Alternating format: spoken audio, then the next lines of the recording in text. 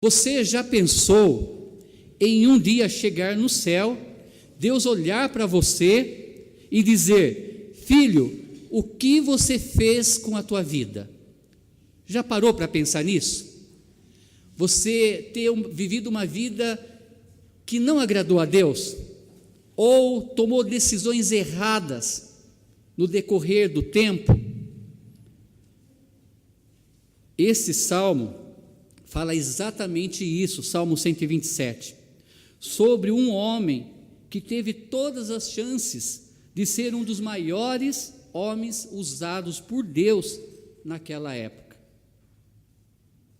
Salomão, ele escreveu os Salmos 72 e 127.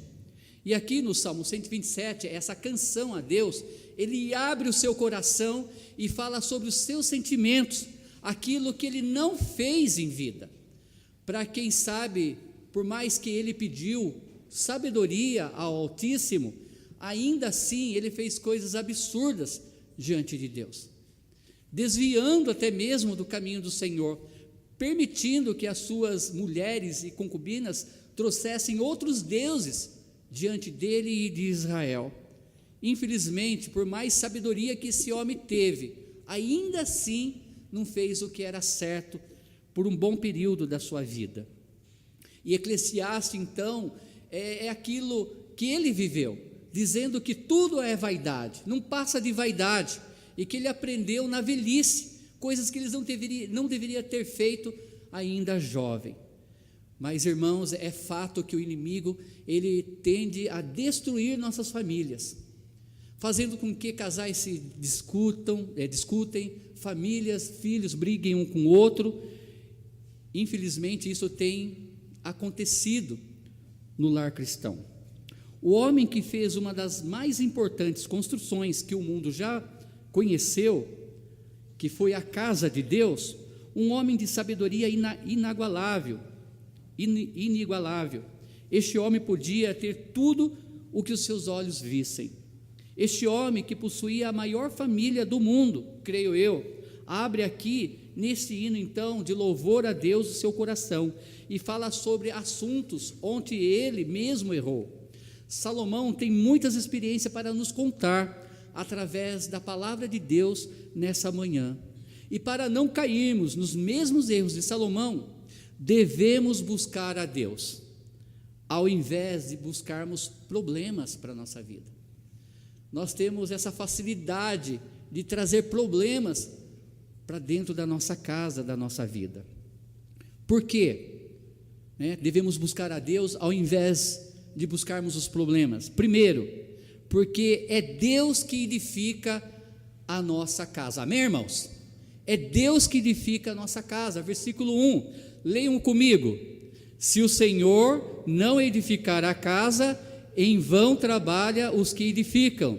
Se o Senhor não guardar a cidade, em vão vigia a sentinela. Agora somente a igreja, vai lá. Se o Senhor não edificar a casa, em vão trabalha os que edificam. Se o Senhor não guardar a cidade, em vão vigia a sentinela. Edificar tem o sentido de formar, desenvolver, fazer crescer, tanto uma casa, moradia, também uma família, de uma forma sadia, que agrade ao nosso Deus. Veja só a experiência do rei Salomão. Davi, ele não podia construir a casa de Deus, mas Deus permitiu que o seu filho Salomão construísse. Para essa construção, ele usou, veja lá, nada mais, nada menos que 5.000 toneladas de ouro, 1.000 toneladas de bronze, 6.000 toneladas de ferro e 10.000 operários, em torno de 7 anos, para construir então a casa de Deus. A edificação da própria casa é uma das maiores preocupações dos seres humanos, e já começa muitas vezes, até cedo demais, na adolescência. Adolescentes chegando para a juventude, já começa a imaginar o seu futuro, como seria a sua casa. A tendência nossa é querer fazer tudo certo, tudo diferente do que tem sido na nossa vida. Se na minha família foi desse jeito, eu quero melhor. Essa é a tendência. Eu quero fazer melhor, quero fazer diferente. E muitos jovens sonham com isso, em ter a sua própria casa, o seu próprio lar. Se nós realmente refletirmos, o homem e a mulher nasceu para isso, para constituir no futuro uma família. E hoje pela manhã na IBD eu falei com os nossos jovens, melhor, com os nossos adolescentes, sobre isso no futuro. A questão deles já estarem orando, buscando, né, os rapazes uma varoa e as mulheres um varão, segundo a vontade de Deus. Mas cuidar, buscar que essa pessoa seja uma pessoa espiritual, que viva a vontade de Deus, para que o seu lar vá bem. Porque infelizmente, mesmo sendo cristão, quando eles se conhecem e eles se casam, às vezes um cresce mais do que o outro espiritualmente. E na matemática de Deus, na vontade de Deus, o desejo dele é que ambos cresçam juntos espiritualmente. Já falei um pouco sobre isso. Eu conheci a minha esposa no Carrefour em 93 e éramos incrédulos, começamos a namorar, chegamos de um noivado, compramos todos os móveis. O meu pai tinha cedido uma casa para que nós pudéssemos morar e faltando pouco tempo para casar, nós nos separamos. Por quê? Porque ela aceitou a Cristo primeiro e depois eu, mas ela cresceu mais espiritualmente do que eu, ao ponto de não ter equilíbrio entre nós dois. Já salvos, decidimos então se separar. Não era o momento. Eu fui para um lado, ela foi para o outro. Depois de 4 anos, Deus nos uniu novamente. Voltei da Inglaterra, ela voltou de Curitiba, do Seminário Batista do Sul. Aí eu comecei a orar por ela, querer fazer a diferença, e eu usei muito Mateus 6,33, buscar em primeiro lugar o seu reino e sua justiça, e todas as outras coisas vos serão acrescentadas. Eu coloquei como alvo buscar a Deus, sem pensar naquilo que ia ser acrescentado. Simplesmente eu quis buscar a Deus, e comecei a crescer espiritualmente. Deus nos uniu depois de 4 anos, noivamos, casamos, fomos para o seminário, e estamos juntos, servindo a Deus.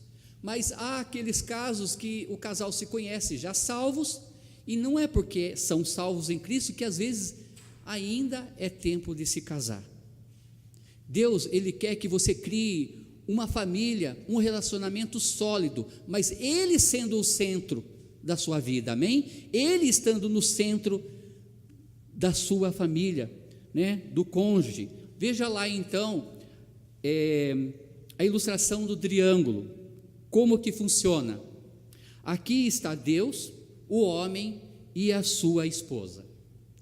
O mais comum é o homem ir então em linha reta em direção da sua esposa e buscar ela e não a Deus, buscando sua esposa, tentando ver se dá certo. Mas sabe, a maneira que Deus trabalha não é dessa forma. A sua vontade, né? Façamos então a sua vontade enquanto ela fizer o mesmo. A ideia então é quando o homem está buscando a Deus, a mulher também comece a buscar a Deus, ambos buscar a Deus. Quanto mais o casal próximo estiver de Deus, mais próximo um do outro vai estar, amém? Infelizmente tem acontecido que um desses dois tem buscado a Deus e o outro ficado para trás. A distância aumenta entre um e o outro. É fundamental para a tua família, o casal, juntos estarem buscando a Deus, amém? Quanto mais você se aproxima de Deus, mais forte fica o seu relacionamento.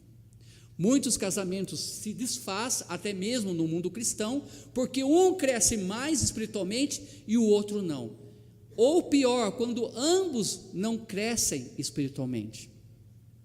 Crescer espiritualmente, primeiro é buscar a Deus, se humilhar a Ele, pedir perdão, pedir avivamento espiritual e viver a palavra de Deus em sua vida, amém? e já temos a palavra dele em nossa casa, em nosso coração, mas devemos viver isso. Crescer espiritualmente também é estar juntos na igreja local. É difícil quando um cônjuge vem, busca Deus, mas o outro não. Quando um está presente, ouvindo a mensagem de Deus, Deus ensinando a ele como ele deve buscar ele, como ele deve viver junto com a sua esposa ou com o seu esposo, mas ele ou ela não está junto com ele. Sabemos que há dificuldades que às vezes separam o casal, porque um precisa trabalhar naquele dia e o outro não. Mas entenda, vocês precisam estar juntos, amém? Buscando a Deus. Que esse triângulo nunca saia da tua mente, para que você possa ficar mais junto um com o outro, ambos têm que ir em direção a Deus, amém? Amém, irmãos? Assim a família vai ficar sólida, o casal vai ficar mais forte. Assim será uma união então perfeita, os dois servindo a Deus e tendo certeza da vontade de Deus em suas vidas. A palavra em vão, que é igual vaidade, falta de alvo, vazio, infrutífero, é a mesma palavra que Salomão usou em Eclesiastes tantas vezes.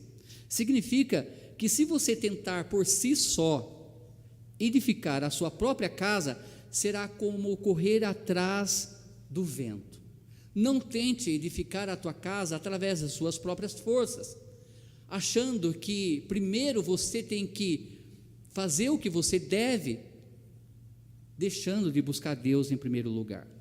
Mas o que está acontecendo hoje em dia, irmãos, em nossos lares? Pessoas estão então procurando por si mesma edificar a sua casa. Em primeiro lugar, é a minha casa, depois qualquer outra coisa. Pessoas estão faltando a cultos para cuidar da casa. Pessoas edificam a sua casa da sua própria forma, da sua maneira, de como então ele acha melhor. Entenda, quem edifica a casa é Deus, amém? Temos que buscar a Deus em primeiro lugar.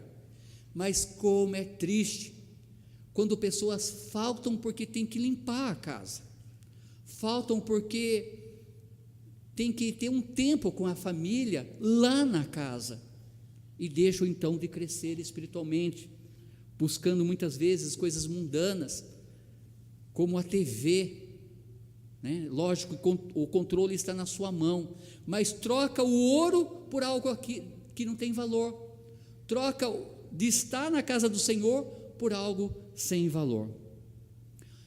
Tem uma história infantil que nós podemos aprender muito com ela. É a história dos 3 porquinhos, a fábula, né, dos 3 porquinhos, onde havia 3 porquinhos que estavam fabricando então cada um a sua própria casa. O primeiro, achando que estava poupando tempo e esforços, fez para si uma casa de palha muito bonita. Ele ficou alegre em construir aquela casa. O segundo, por sua vez, achou melhor fazer uma casa de madeira, um pouco mais resistente do que a casa do seu vizinho.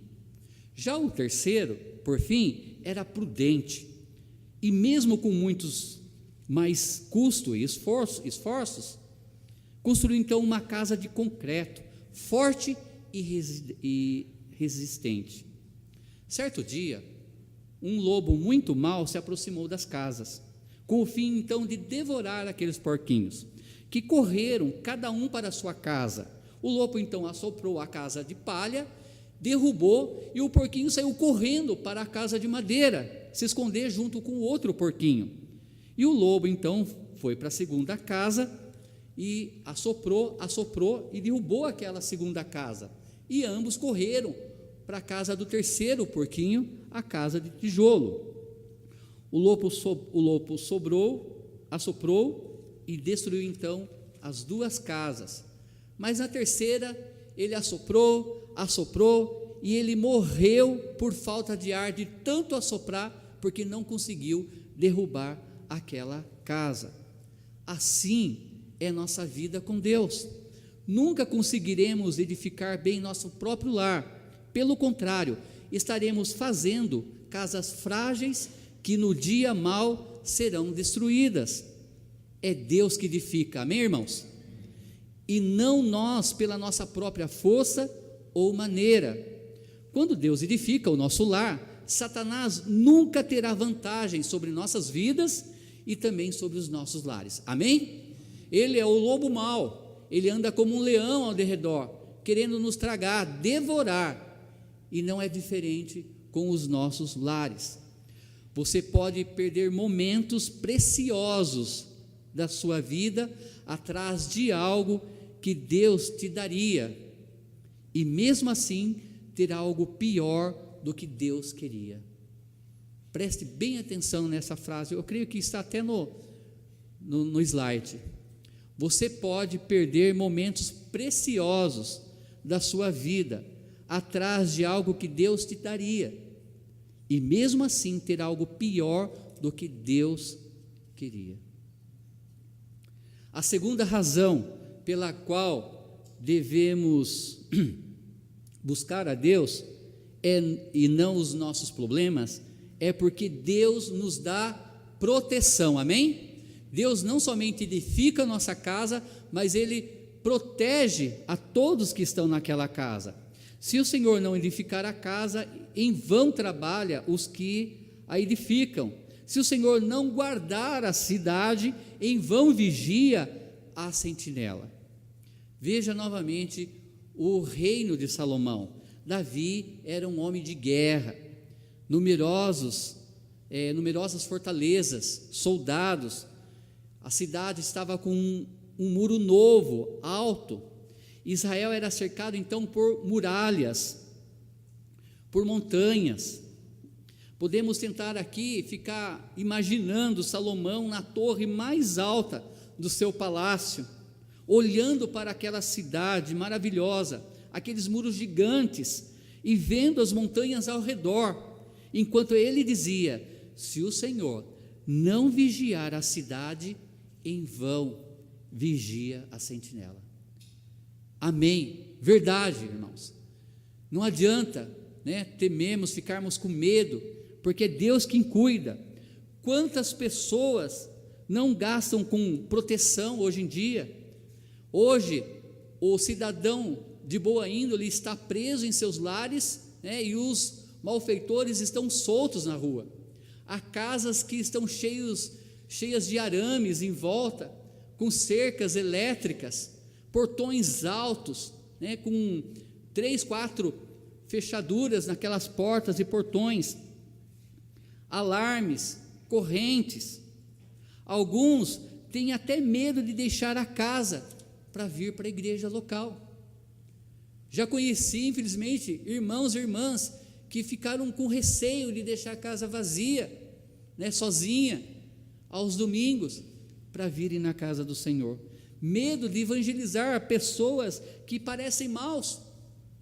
Já contei a história no sul, de eu indo para o banco, orando ao Senhor para me dar uma pessoa para evangelizar, fosse qual fosse. E no caminho de volta, um rapaz, ele pergunta: o senhor vai para a igreja? E o meu coração esquentou, fiquei trêmulo, com medo na hora que eu olhei para ele. Na hora eu imaginei coisas ruins, mas Deus me deu a oportunidade. Cheguei até ele na rua e comecei a evangelizar aquele homem, ao ponto de ele perguntar: mas se alguém fizesse mal para você, ainda assim você iria perdoar essa pessoa? Eu estava usando o mapa romano, falando do ladrão na cruz, sendo crucificado, que por mais que ele foi ruim na sua vida, no último momento ele creu que Jesus era o Senhor da vida dele. E aquele homem falou assim: mas e se alguém for na sua casa machucar sua esposa, ainda assim Deus perdoa aquela pessoa? Eu falei: se você crê de fato que Jesus é o Senhor, todos os pecados são apagados. Então ele tira a arma e coloca na minha barriga e fala: eu preciso do que você tem. Eu tinha voltado do banco e ele sabia que eu estava com dinheiro. Entreguei o dinheiro para ele. Eu falei: olha, você pode ter muito mais do que isso, isso não é nada. Deus falou que nós temos tesouros celestiais, aceite a Cristo. Então ele vira e fala: por você ser um homem religioso, eu vou dividir o dinheiro com você, dando uma parte do dinheiro. E acredite, não sabia o que era a divisão, não sei qual era a divisão dele, ele ficou com a maior parte e eu com a menor. Mas Deus muitas vezes vai nos colocar pessoas que vai fazer com que você fique trêmulo, com medo. O pastor Aguinaldo, João Henrique que diga, né, visitam prisões, estão muitas vezes à frente de assassinos, pessoas cruéis. No entanto, Deus não faz acepção de pessoas, amém? Ele não escolhe pessoas para serem salvas, Ele ama todas, e o desejo dele é que todas sejam salvas, sem acepção, amém, irmãos? Mas pessoas muitas vezes têm medo de se aproximar de outras para evangelizar, ou desprezo muitas vezes, como no Campos Elíseos, onde há muitos pedintes. Muitas vezes nós ignoramos e passamos de largo, talvez por causa do mau cheiro, por causa de pedir algo para nós, coisas materiais. Pregue a palavra, insta, dentro e fora de tempo, amém? Sem fazer acepção de pessoas. Lembre-se, é Deus que te guarda, Ele que te protege, né? Em vão vigia a sentinela. Cria-se então uma paranoia na mente do cristão, e eles esquecem que é Deus quem nos protege, é Ele que cuida, amém, irmãos? E não há um outro ser que possa nos proteger tanto. Pense na hora que você dorme, quem é que cuida de você? Somos presas fáceis, podemos ser mortos enquanto dormimos, e Deus cuida de nós nesse momento.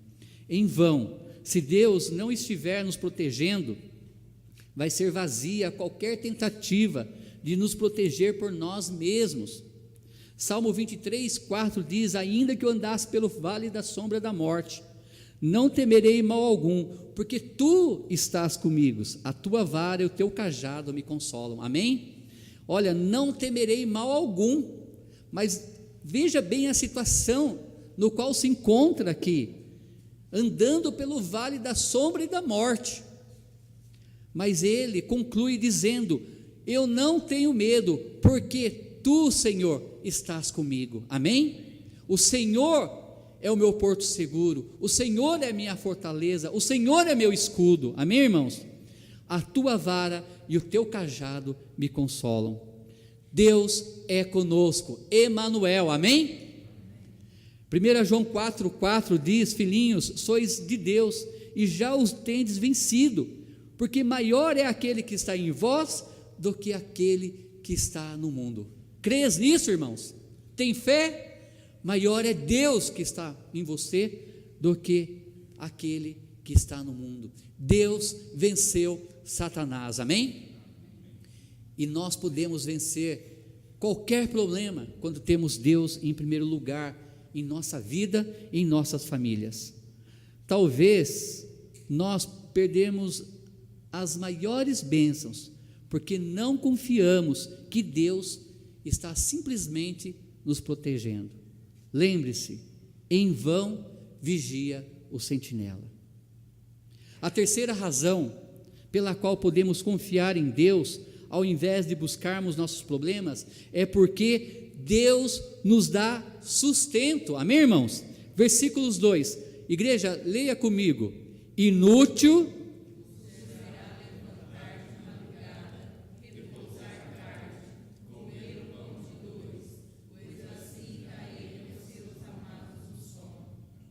inútil vos será levantar de madrugada.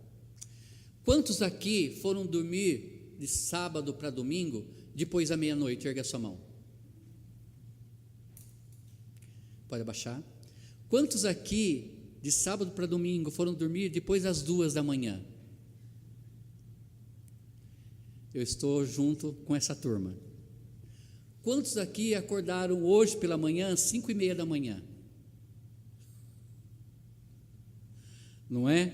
Nós tivemos uma noite curta de ontem para hoje, mas amém que vocês estão na casa do Senhor, amém? Todos estão aqui presentes, mas ele diz aqui, olha, inútil vos será levantar de madrugada, repousar tarde, comer o pão de dores, pois assim dá ele aos seus amados o sono, amém? O meu sono é curto, mas quem dá é Deus, amém, irmãos? é Deus quem me dá.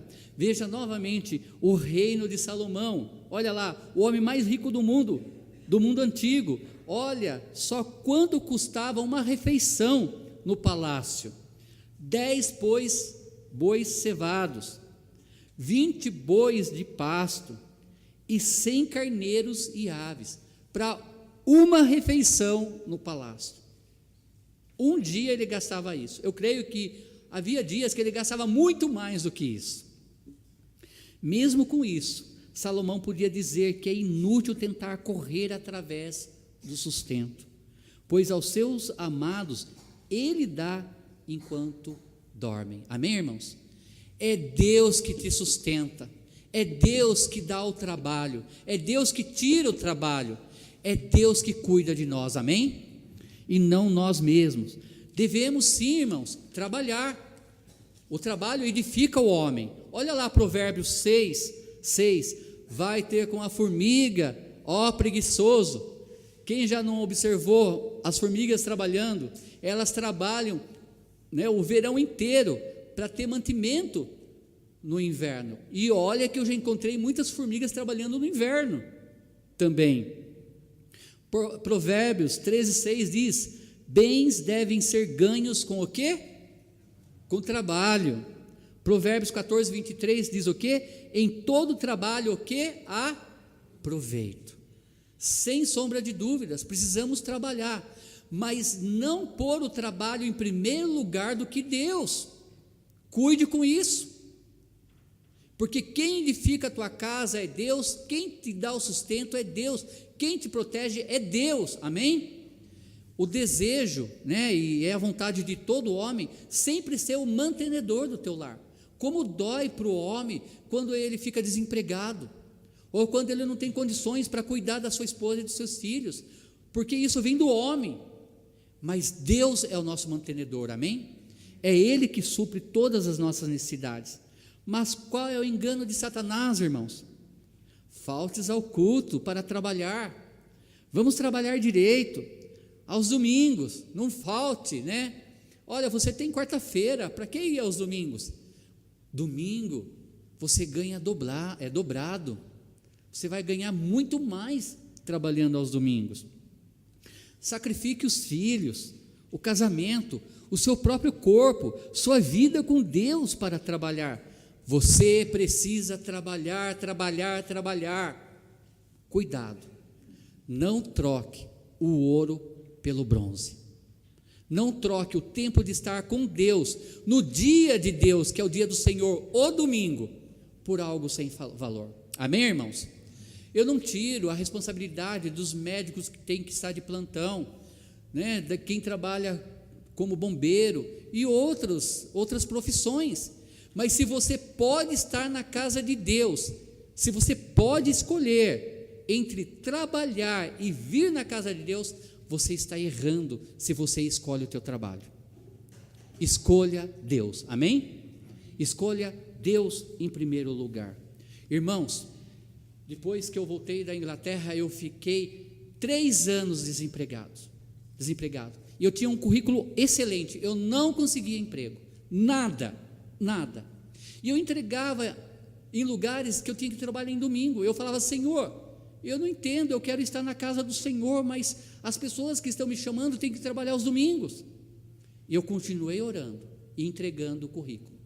Um dia eu entreguei no Extra Hipermercados em Sorocaba, e o Extra de Sorocaba, ele funciona 24 horas, não fecha. Eu passei e entreguei. Não é que na segunda-feira tocou o telefone e me chamaram: queremos fazer uma entrevista com você. E eu orei e falei assim: mais uma vez, Senhor, hipermercado que não fecha 24 horas, mas seja feita a tua vontade. Eu estava cansado. Cheguei na entrevista, ele falou: olha, precisamos de alguém para trabalhar nas docas, na recepção de mercadorias, na plataforma, lá nos fundos. E você tem aqui no seu currículo como conferente de mercadoria. Eu falei assim: sim, mas trabalha aos domingos? Ele falou assim: então, nas docas os caminhoneiros não trabalham de domingo, então não tem entrega aos domingos, então você vai folgar todos os domingos. Eu comecei a rir, porque eu estava em um hipermercado que não fecha, 24 horas por dia, e Deus me deu o descanso no domingo, amém? No domingo, eu fui o único que não trabalhava aos domingos dentro da empresa. Chega até me arrepiar quando eu penso nisso. Deus, Ele é o Deus do impossível, amém? Deus, Ele é o Deus do impossível. Mas será inútil comer o pão que penosamente granjeastes, sentido de conquistar, obter, adquirir com trabalho ou esforço próprio. A quem Deus ama, Ele o dá. Não tem segredo, amém? Não tem segredo. Não perca a oportunidade de crescer espiritualmente por causa do trabalho e não ceda às provas de Satanás. Faça a sua parte, mas com discernimento, amém? Peça sabedoria a Deus com discernimento para decidir sobre essa questão. Última, a quarta razão encontramos nesse texto pela qual podemos confiar em Deus ao invés de buscarmos nossos próprios problemas, é porque Deus nos dá filhos, amém, irmãos? Amém, irmãos? Os filhos são bênção do Senhor. Olha lá, de 3 a 5, eis que os filhos são herança do Senhor, e o fruto do ventre o seu galardão, como flechas na mão de um homem poderoso, assim são os filhos da mocidade. Bem-aventurado o homem que enche deles a sua aljava. Não serão confundidos, mas falarão com os seus inimigos à porta. Eu tenho inveja santa do Pedro, né? Queria eu ter 3, 4 filhos, ainda pequenos. O meu primeiro filho, Deus me deu, depois de 4 anos, veio a minha filha, Beatriz. Mas eu e a Elisane, juntos, nós desejávamos muito ter 5 filhos, de 4 a 5 filhos. Esse sempre foi o nosso desejo, sempre foi. Olha, talvez você diga, pastor, você está louco pensando dessa forma, né? Encher a casa de filhos. O senhor não sabe o que o senhor está falando, mas veja só, Deus edifica a sua casa, dá proteção, dá sustento e nos dá o quê? Filhos. Pergunte a qualquer um que tenha muitos filhos se ele daria um filho para alguém. Não daria. Se ele se arrependesse de ter um filho a mais. A Bíblia é bem clara aqui: feliz é o homem que tem uma grande família. Essa é a única coisa que eu e você deixaremos para a posteridade, nossos filhos. Eles, né, são herança, veja lá, herança, algo deixado pelo dono do céu e da terra, galardão, recompensas na divisão da terra de Canaã. As terras foram divididas de acordo com o tamanho da família, ou seja, quanto maior era a família, mais terra eles adquiriram. Flechas, dar crédito, proteção aos pais no futuro. Não temos filhos para eles serem usados para a nossa proteção, mas os filhos no futuro nos protegem. Deus usa as suas vidas para cuidar dos pais idosos. Essa é a vontade de Deus. Então, ter filhos é uma bênção, amém, irmãos? É uma bênção do Senhor. O que Salomão mais queria nos deixar aqui é que Deus tem o que você precisa. Não gaste os seus dias em busca dessas coisas, entregue seu coração a Ele, busque em primeiro lugar a Deus. Mateus 6,33 diz: mas buscai primeiro o reino de Deus e a sua justiça, e todas essas coisas vos serão acrescentadas. Pois aos seus amados Ele o dá enquanto dorme. Não gaste seus dias atrás de problemas, irmãos. Busquemos a Deus, pois Ele tem tudo o que eu e você precisamos. Deus nos dá casa, nos dá proteção, sustento e filhos. Amém? Glória a Deus por isso.